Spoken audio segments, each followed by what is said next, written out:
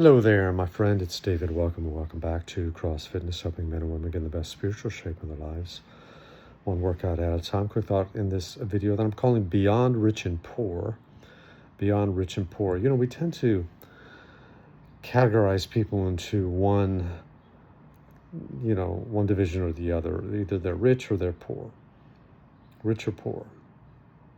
You know, right now it's swirling around. You know, Elon Musk has become the first trillionaire on planet Earth. I made a video about that earlier. You can check that on the playlist. And interestingly, at SpaceX, his company, his IPO went public. Over 400 of his employees became multimillionaires, over $100 million. 400 of his employees. We're talking, administrative assistant, the janitor, whatever. Whoever had the stock options had been there faithfully and, had the stock, they became multimillionaires. And so they're rich. But, even the poor among us in the United States of America are rich by world standards. Most of the rest of the world lives on $1 or $2 a day and don't have adequate access to clean water, food, healthy food, the medicine and supplements they need for the children to be healthy. And so we tend to, marginalize people into one or the other, rich or poor, but the Bible doesn't. It talks about four kinds of rich and poor. First of all, there's ungodly poor people, there's ungodly rich people, there's godly poor people, and there's godly rich people. Those are the Bible distinctions. Okay, it's very interesting. And so it expands and elaborates on those concepts of being rich or poor. Let's start with an ungodly rich person.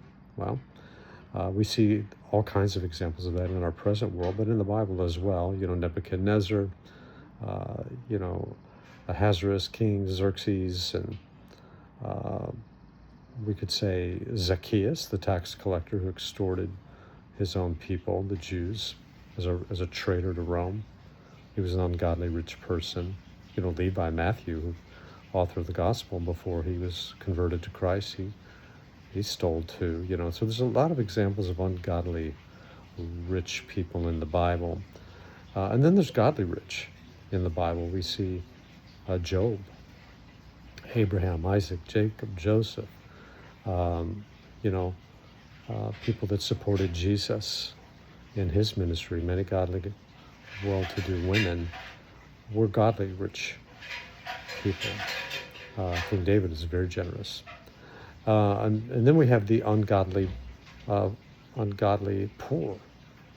This would be like the widow who put the 2 mites into the treasury, and Jesus said, "Look, fellas, of all the people who gave today, she gave more than anybody else." She was poor, but she was godly, a godly poor person. An ungodly poor person we find all over the book of Proverbs. These are the sluggards. Sluggards, the Bible calls them sluggards. They're ungodly and they're poor, And so money's never the issue. The love of money is the root of all evil, not wealth or riches or possessions. That's fine, not a problem. But it's the love of money when it becomes an idol. Okay, so I just thought that was interesting to me. I heard that in a devotion in YouVersion the other day, that there were not just 2 divisions, poor and rich, but there was ungodly poor people and godly poor people, and ungodly rich people and then godly rich people. So, given that you and I are rich in the ways that matter most, as you're watching this, how are we using our wealth?